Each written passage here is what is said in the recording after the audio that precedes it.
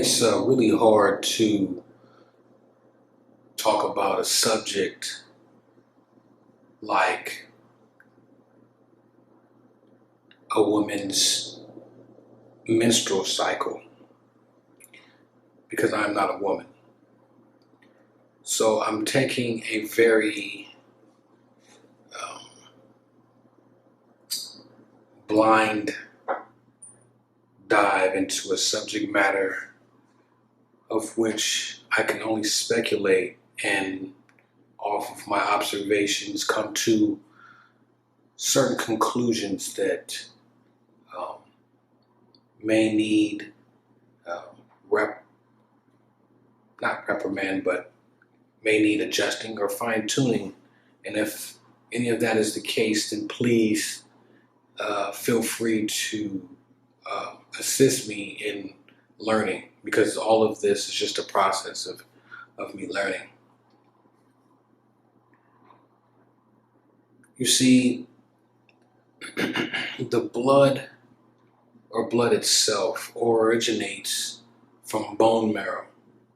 It originates from crystals inside of the bone marrow. If you look at blood closely under a microscope, it has these properties of crystals. So, in turn, like I've said in previous videos, crystals are nothing but prisms that trap light. Light is information. Light is even contains soul. So this is why your bloodline is very important, and your blood type is even more important. You know what I'm saying? So with all of that being said, blood itself is very magical and very powerful. Everything can be manifested through blood. That's why it's so strong in ritualistic work. That's why it's so strong in the practice of sacrificing. This is why the ancients would use the ritual of sacrifice, and they would use blood.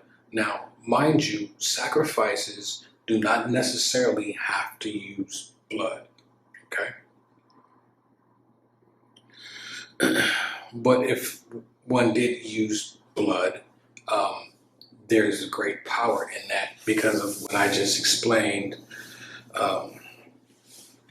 in the top part of this video, because of the light codes and information that is in the blood. Now, what tends to happen with women and why women are so powerful is because they have this unlimited supply of blood, for the most part, that they can pretty much spill, use, and they're really not affected as far as their livelihood is concerned. Like, they're not going to necessarily bleed out once they have their menstrual cycle. Now, the menstrual cycle itself, or the periodic or monthly cycle that it occurs on, is a ritual within itself. When this happens, it is directly connected to the planetary alignments, but specifically the moon. So when the moon moves, the moon not moves, but depending on how the moon not rotates, but orbits, it has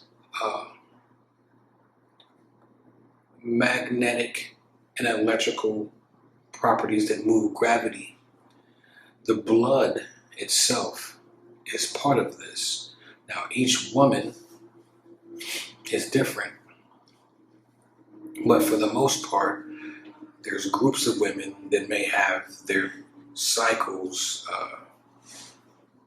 at the same time, or it changes based off of the soul that the blood isn't housing, or which soul group or constellation this soul originated from that isn't housing this blood. You are what your blood is. You're not American, you're not African, you're not whoever you think you are. You are what your type of blood is, generally speaking. So what happens is,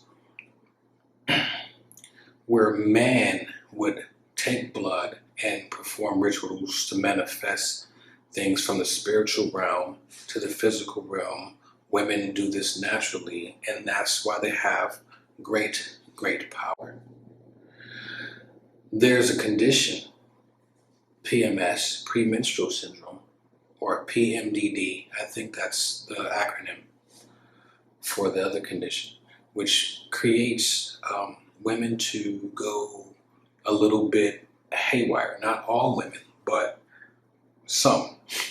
Again, it all depends on the soul that houses the blood, and it also depends on the hormonal balance that comes from the brain, or the chemical balance that is in the brain.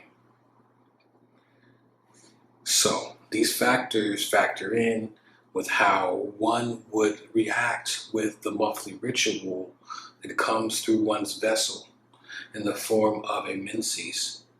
Now, some of the side effects of PMS, PMDD, is violent mood swings,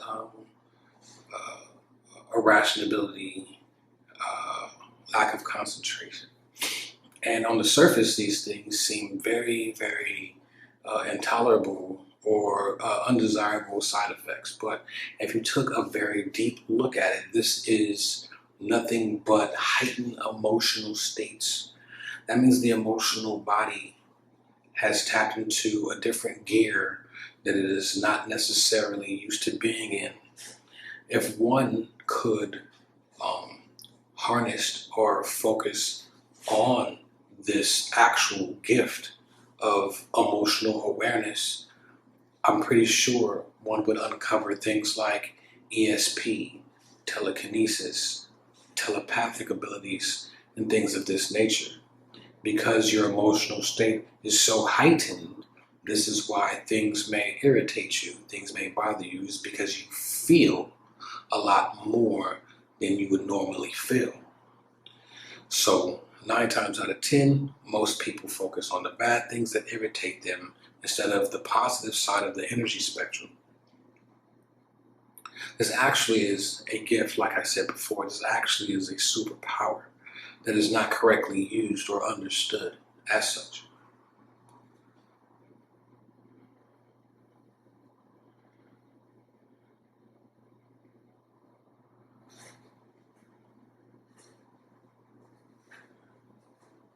Your soul group and your ancestors also visit you or can connect with you through your blood. This is why the blood is so potent. This is also why the blood should not be used for things that it should not be used for. Things like casting spells on people, and things of this nature. This knowledge is very viable and very useful in the right hands. But this knowledge is also very dangerous in the wrong hands. This is why things like this and subject matters that are esoteric can be considered taboo, evil, witchcraft, voodoo, so on and so forth, which they're none of the above. It is what it is. Once one accepts things for what they are and learns to properly put uses to them and not abuse them, then we can advance further as a genus or species. Also, to give more reverence, more credibility, more respect, and more honor to the genus or type that we call the wombed man. here on this planet, because they deserve all the credit, all the glory. Without them, there would be none of us, so to speak. They're the closest thing that we have on this plane to what we call creator, creation, or source. They are the mirror image of such, just as well as the masculine is. But if you had to actually put a physical attribute to creator or source, it would probably more so resemble the attributes of women.